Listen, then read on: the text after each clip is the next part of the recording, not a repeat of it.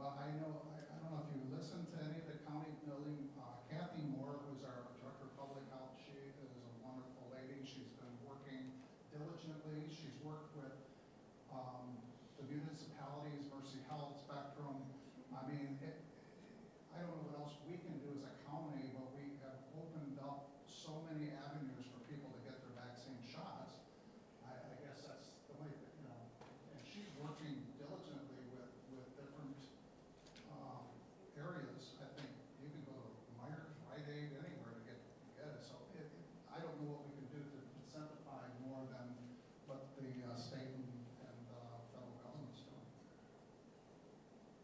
Did I answer? Thank you. That's, thank you. This is basically our written questions. Does anyone have a question that they didn't get a chance to ask? Okay.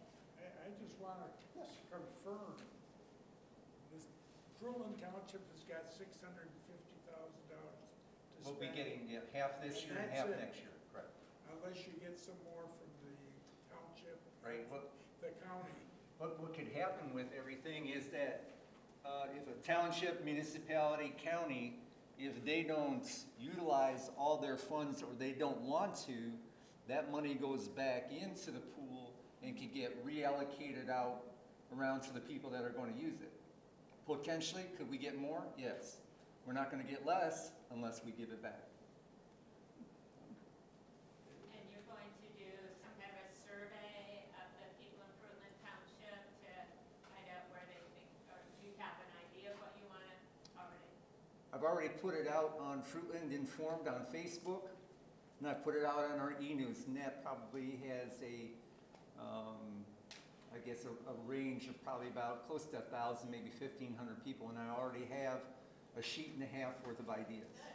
So all of them, I don't know if we're going to be able to use them all or through that program, but they'll go on a list for somewhere, Park and Rec, our general fund, something with those. So who's going to make the decision? Who's going to make the decision? For the township, the board? The board. Township board? The board, based on ideas from the township residents. I can say this, and I made a statement at the last commissioner meeting that if I have any influence whatsoever, I'm going to try to make sure District 8 gets as much money. How likely it would, what's the likelihood of Layton and Fruitland Township working together on this walking and bike path along Scenic Drive? Would they be working together? Well, actually, it's funny, that's a good question. How I really worked with Kim Arter, I was in Lakeland Township, we were able to get a grant for safe sidewalks. And it was with Reese Puffer School because we had, if you go down, so I think Kim, I'm a little bit, I'm not gonna put myself in her position, but we can look at that and what happened, and I was very involved in that in Lakeland Township. Most of you know me as Terry Kemp. I'm a former trustee here and one of the facilitators of the Friends of Fruitland Township Trails, which is trying to build a trail system across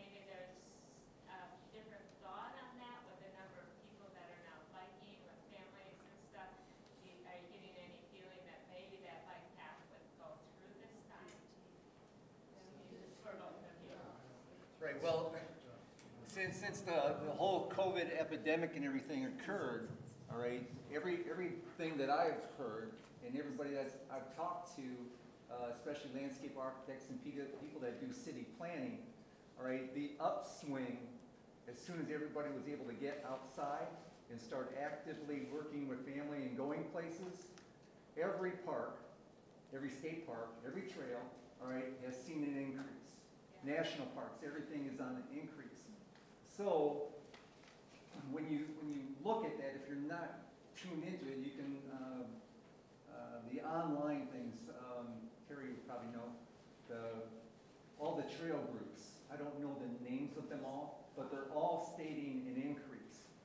So do I think that there's a better opportunity for us to do something on Scenic Drive? I believe so. It depends on community involvement, depends on where the funds are gonna come from. All right, we would love to be able to do something like that without a special assessment. Right, if infrastructure dollars could be utilized for it, that would be optimum.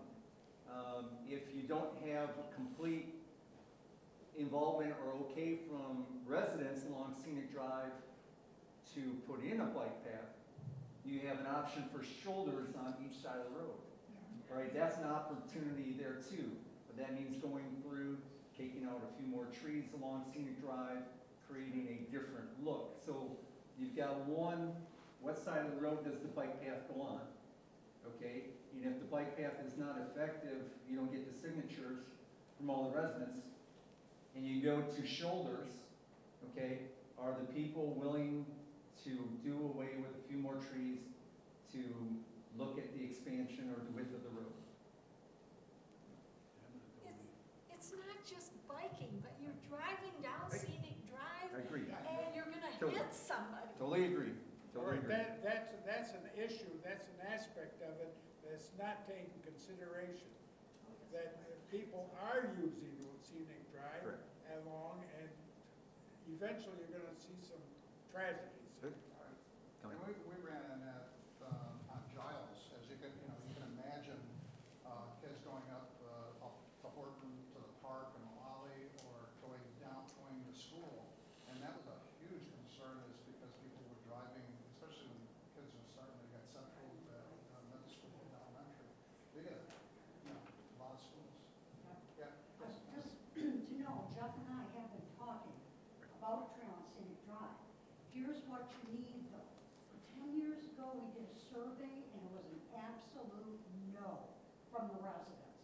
You need to have, you've got 33 feet from the center of the road. You need 20 feet after that as an easement. You need 14 feet that keeps for the trail, and you need the extra few feet for the construction. We couldn't get one person to sign off on that. I totally agree. We tried, 10 years ago, we took we had the trolleys from the county came out, took everybody for a ride along Scenic, talked about where the trail would go, west side, east side. Nobody wanted it out here. So it just kind of went away, sadly enough. However, Things are changing. there is the American Rescue Plan money, but there also is another stint that the state is going to do for parks and trails. That might be something, a lot of our ARC money is going to go towards our sewer, because that's one thing we can use it on. If you use it for something else, you have to plug a hole in your budget. You need to show you have a hole here, stick that money there, and you've got extra money to work on the trails. But just not an automatic. I think things are gonna change over time. I think they're going to open it up a little more, but I know we're looking at sewer improvements that need to be done. We've got a 20-year plan, maybe we can get the first 10 years done. Thank you. Yes. Well, even if you don't get the trail along Scenic done, in my opinion, you need to finish the Michelinda one around to the four-way stop. Because that is high traffic for walkers, runners, bikers.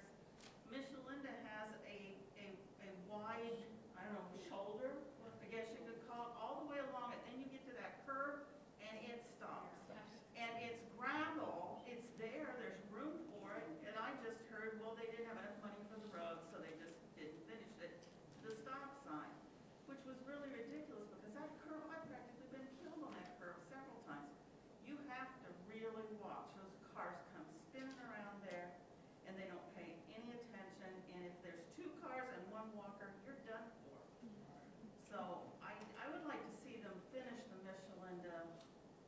We'll go right to the stop sign Go to at that stop sign down by the lakeside. South Shore Murray. Yeah. and see it.